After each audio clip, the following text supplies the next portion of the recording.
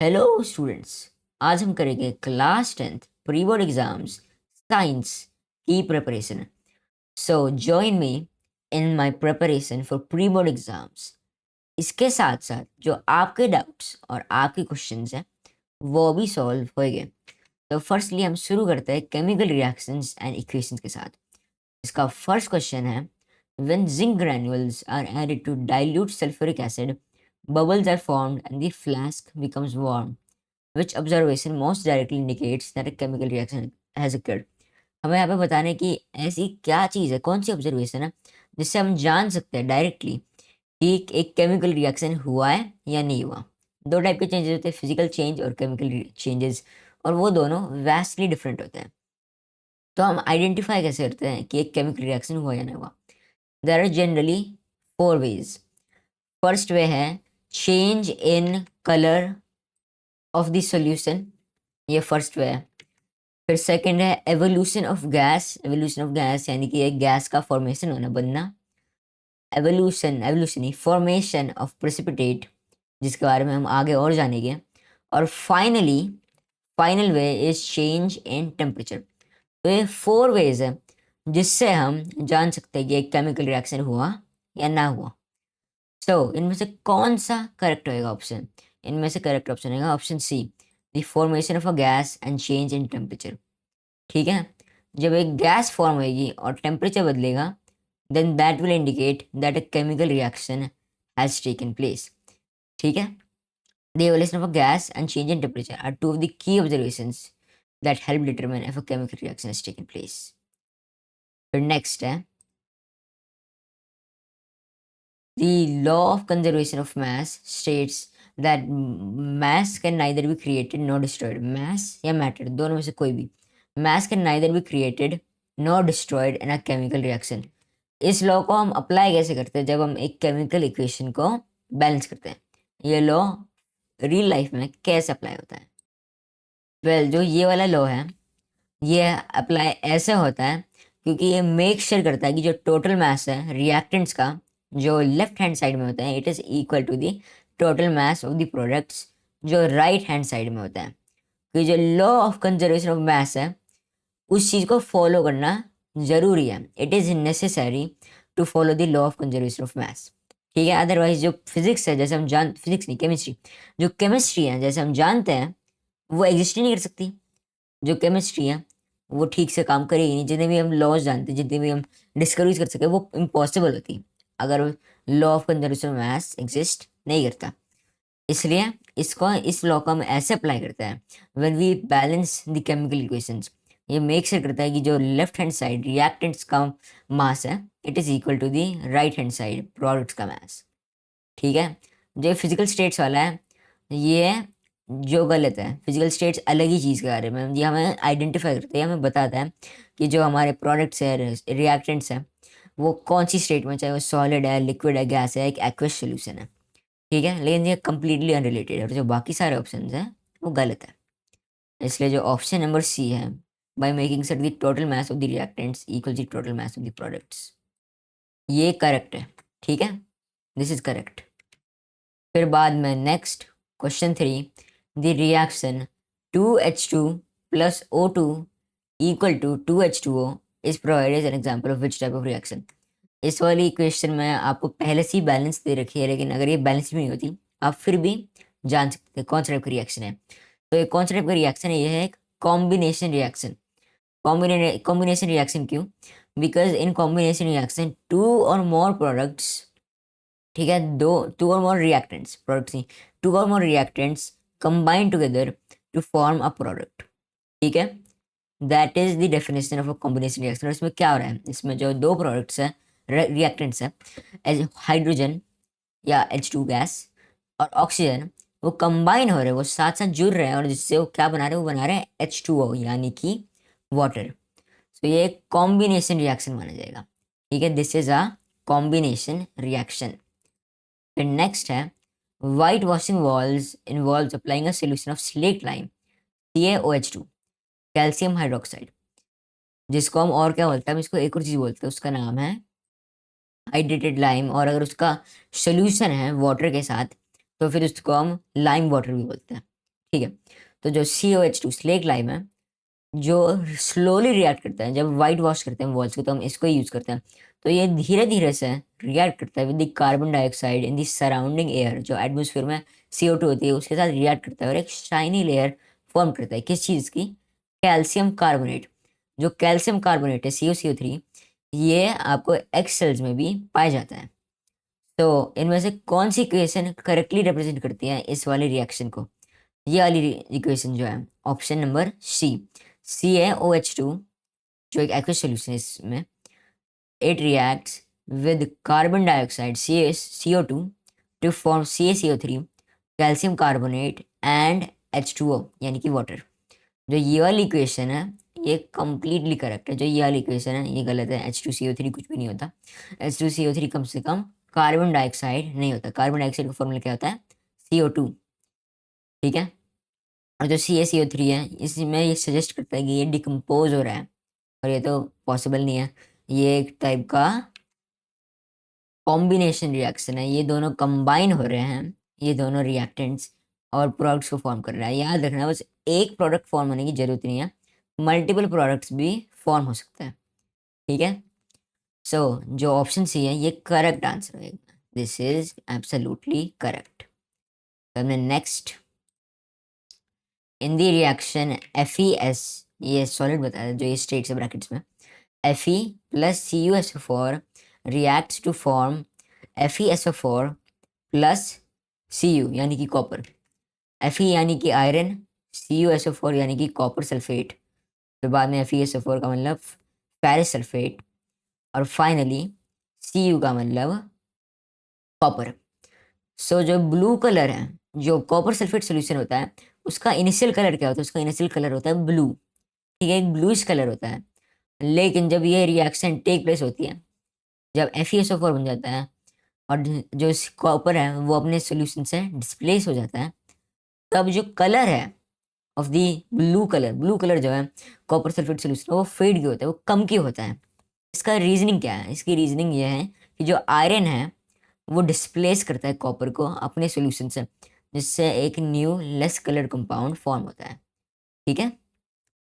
तो में A, the decomposition of silver bromide 2AgBr, जिसको ये से एक डिकम्पोजिशन रिएक्शन है, ये बस एक ही रिएक्टेंट होएगा इस साइड। ठीक है। तो एक रिएक्टेंट जो है वो डिकम्पोज होता है किसके प्रेजेंस में? सनलाइट के प्रेजेंस में। ये चीज़ काफ़ी इंपॉर्टेंट होने लगी है। तो ये सनलाइट के प्रेजेंस में डिकम्पोज होता है, जिससे फॉर्म करता है 2Ag प्लस Br2। Ag यानी कि सिल्वर एंड Br यानी कि ब्रोमीन।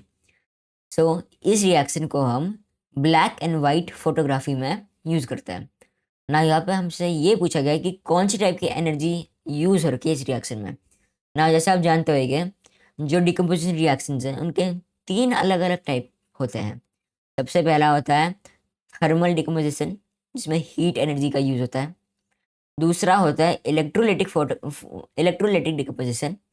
ठीक है, इलेक्ट्रोलाइटिक डिकम्पोजिशन, इसका आप जान सकते हो एक example during the electrolysis of water. जब आप इलेक्ट्रोलाइज करते हो वाटर को तो H2 और O2 स्प्लिट हो जाता है। ये जो H2 है वो स्प्लिट हो जाता है and it forms two separately things. ठीक है, 2 सेपरेट चीज़ों को फॉर्म करता है, 2 सेपरेट प्रोडक्ट्स। एक है H2 और एक है O2। और फाइनली है लाइट एनर्जी है, जिसको हम बोलते हैं फोटोलिटिक डिकम्पोजिशन। तो यहाँ पे ये किस की वजह से डिकम्पोज हुआ है सिल्वर ब्रोमाइड? ये डिकम्पोज हुआ है सनलाइट की वजह से, और सनलाइट एक टाइप की लाइट एनर्जी है, इसलिए यह ऑप्शन बी फोटोलाइसिस करेक्ट होएगा।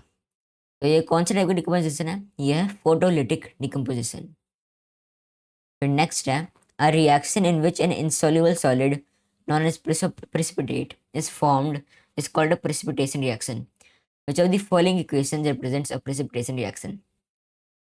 ना इनमें से कौन सी ऐसी इक्वेशन है जो एक प्रिसिपिटेशन रिएक्शन को फॉर्म करती है? सबसे पहले इस चीज़ को हमें जानने के लिए जानना होगा कि प्रिसिपिटेट की मतलब क्या होता है। प्रिसिपिटेट जो है वो एक वाइटिश, जनरली वाइट होता है, कभी कभी यार येलो भी होता है, लेकिन मोस्ट केसेस में वाइट होता है।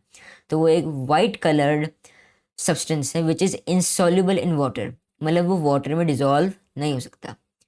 And it settles down at the bottom of a solution. ठीक है। तो जो ये वाला रिएक्शन होता है जिसमें प्रेसिपिटेट फॉर्म होता है उसको हम बोलते हैं एक प्रेसिपिटेशन रिएक्शन। ना जो रिएक्शंस होते हैं जिनमें प्रेसिपिटेट फॉर्म हो सकता है वो जनरली डबल डिस्प्लेसमेंट रिएक्शन होते हैं। जो डबल डिस्प्लेसमेंट रिएक्शन होते हैं उनमें ही एक प्रेसिपिटेट फॉर्म हो सकता है। ठीक है, फर्स्ट चीज़ ये है। सो जो इनमें से डबल डिस्प्लेसमेंट रिएक्शन है इनमें से कौन सा है? It is option D, Na2SO4 plus BaCl2 equals BaSO4 plus 2NaCl। और इनमें से प्रेसिपिटेट कौन सा है? इट इज़ बैरियम सल्फेट यानी कि BaSO4। ये जो BaSO4 है वो इस केस में वाइट प्रेसिपिटेट माना जाएगा, इसलिए जो ऑप्शन डी है ये करेक्ट होएगा। ठीक है, यहाँ पे डबल डिस्प्लेसमेंट हुआ है, जो इनके आयन्स है वो एक्सचेंज हुए हैं। जो Cl2 है बी के पास, बैरियम के पास, वो Na के पास गया है, सोडियम के पास। और जो Na2SO4 है, जो उसका SO4 है, वो बैरियम के पास गया है। तो जो ये आयन्स है ये एक्सचेंज हो गए, और इससे हम जानते हैं कौन सा रिएक्शन डबल डिस्प्लेसमेंट है। व्हेन आयन्स एक्सचेंज, जब एक सब्सटेंस, कोई एक सब्सटेंस डिस्प्लेस होता है अपने कंपाउंड से, तब उसको हम डिस्प्लेसमेंट रिएक्शन बोलते हैं। लेकिन जब एक्सचेंज होती है आयन्स के बीच में तब उसको डबल डिस्प्लेसमेंट बोलते हैं। जैसे कि जो ऊपर वाला रिएक्शन है वो ए वाला, zinc plus H2SO4 equal ZnSO4 plus H2, जो ये वाला रिएक्शन है डिस्प्लेसमेंट रिएक्शन है। ये जो H2 है हाइड्रोजन, उसको अपने कंपाउंड SO4 से डिस्प्लेस कर दिया जिंक ने। फिर नेक्स्ट क्वेश्चन है, इन the reaction CO copper oxide plus hydrogen gas, जो हीट है, जब हम हीट को एक कैटलिस्ट की तरह यूज करते हैं, याद रखना कि जो ये ऊपर, जो एरो के ऊपर चीज़ें लिखी होती है, they are referred to as catalyst. कुछ कैटलिस्ट जो है वो एसिड के फॉर्म में हो सकते हैं, जैसे कि H2SO4, और कुछ कैटलिस्ट इनकी फॉर्म में भी हो सकते हैं हीट। जो कैटलिस्ट है उनका काम होता है एक रिएक्शन की स्पीड को बढ़ाना। ठीक है, जो हीट है वो एक रिएक्शन की स्पीड, इस वाले रिएक्शन की स्पीड को बढ़ाती है, इसलिए इसको भी एक कैटलिस्ट माना जा सकता है। ठीक है, तो जो एक कैटलिस्ट हीट है, जब CO और H2 इन इसके प्रेजेंस में रिएक्ट होता है, then it forms copper plus H2O water. तो इनमें से कौन सी स्टेटमेंट करेक्ट है, करेक्टली डिस्क्राइब करती है oxidation and reaction taking place? सबसे पहली चीज़ ये एक रिडॉक्स रिएक्शन है, यानी कि ऑक्सीडेशन रिडक्शन रिएक्शन है। कोई एक सब्सटेंस इसमें ऑक्सीडाइज होता है और कोई एक सब्सटेंस इसमें रिड्यूस होता है। तो हमें दिखाना है कैसे टेक प्लेस होता है ये रिडॉक्स रिएक्शन। तो इसमें करेक्ट क्या होएगा? सबसे पहले हम इन ऑप्शंस को इंडिविजुअली करते हैं एनालाइज। सबसे पहले बोल रखा है H2 is reduce because it gains oxygen. ये करेक्ट है कि ये स्टेटमेंट जो है, ये एक स्टेटमेंट जो बोली है ये करेक्ट है। जो H2 है वो रिड्यूस होता है क्योंकि वो ऑक्सीजन को गेन करता है। जैसे आपने सीखा होगा, आपने समझा होगा, जो रिडॉक्स रिएक्शन होता है, जब H2 गेन होता है देन इट रिड्यूसेस, एंड जब O2 ऑक्सीजन गेन होता है, चाहे H2 हो या HO जो भी हो, हाइड्रोजन गेन होता है तो वो रिड्यूस होता है सब्सटेंस, और जब ऑक्सीजन गेन होता है तो फिर वो ऑक्सीडाइज होता है सब्सटेंस। और अगर ऑक्सीजन लूज होता है तब भी वो सब्सटेंस रिड्यूस होता है। और जब H2 रिड्यूस होता है, जब H2 क्या बोलता है, जब H2 रिमूव होता है तब भी ऑक्सीडेशन होता है। ठीक है, that is how redox reactions take place. तो यहाँ पे जो H2 है उसमें ऑक्सीजन ऐड हुआ, इसलिए एक्चुअली ये फॉल्स स्टेटमेंट है। जो H2 है वो रिड्यूस नहीं होता, वो एक मिस्टेक हो गई थी। ठीक है, वो एक्चुअली ऑक्सीडाइज होता है। So this is wrong.